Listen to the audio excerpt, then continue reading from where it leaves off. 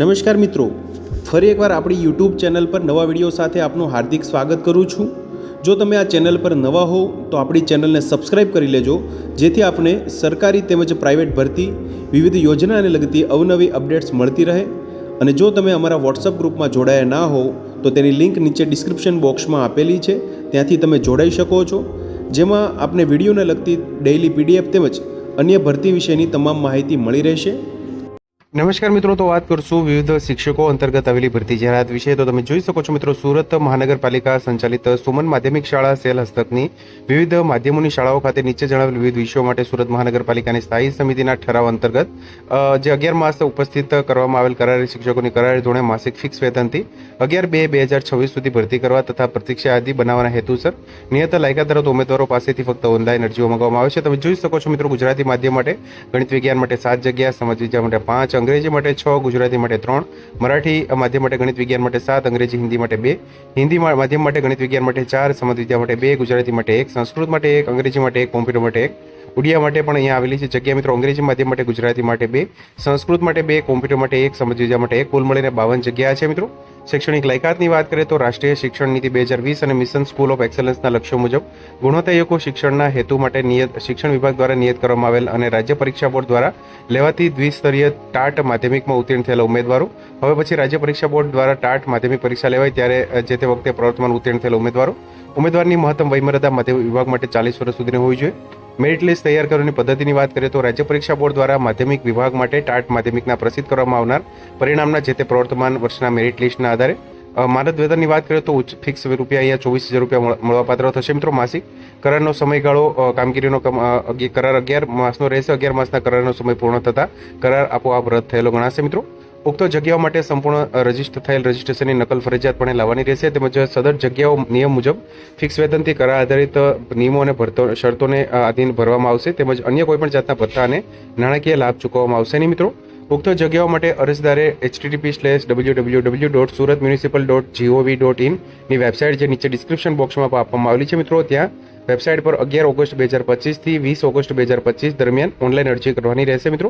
ઉક્ત જગ્યાઓ માટે સુરત મહાનગરપાલિકાની વેબસાઇટ પર મૂકવામાં આવેલ વિગતવાર જાહેરાત જોઈ શકાય છે, જે માટેની લિંક પણ નીચે ડિસ્ક્રિપ્શન બોક્સમાં આપવામાં આવેલી છે। વધુ વિગત માટે મહેકમ એટલે કે રિક્રુટમેન્ટ વિભાગનો ફોન નંબર અહીં આપેલો છે, ત્યાં તમે સંપર્ક કરી શકો છો મિત્રો। તમે જોઈ શકો છો મિત્રો, અહીંયા વિગતવાર જાહેરાત આપેલી છે, જેના વિશે તમે વિગતવાર અહીંયા જોઈ શકશો મિત્રો। જે સંપૂર્ણ જાહેરાત છે તેના વિશે જે સામાન્ય સૂચનાઓ પણ અહીંયા આપવામાં આવેલી છે મિત્રો। ઉપરોક્ત જગ્યાઓ માટે ઉમેદવારે document verification walk in interview માટે નિયત કરવામાં આવેલ સ્થળે સ્વખર્ચે પહોંચવાનું રહેશે, જે અંગે સુરત મહાનગરપાલિકા દ્વારા કોઈપણ પ્રકારનું ભથ્થું ચૂકવવામાં આવશે નહીં।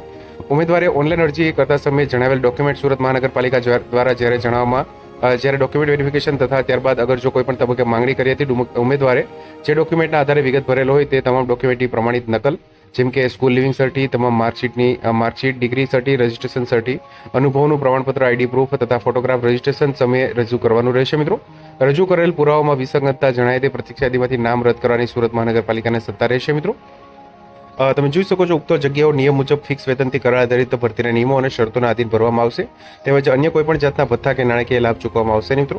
અરજી કરવાની રીત અહીંયા આપવામાં આવેલી છે। યુઝર રજિસ્ટ્રેશન એ સુરત મહાનગરપાલિકામાં ઓનલાઈન અરજી કરવા માટે એક સહાયક મોડ્યુલ છે। આ રજિસ્ટ્રેશન કરવાથી માત્ર અરજદારની અરજી છે કન્ફર્મ નહીં ગણાય।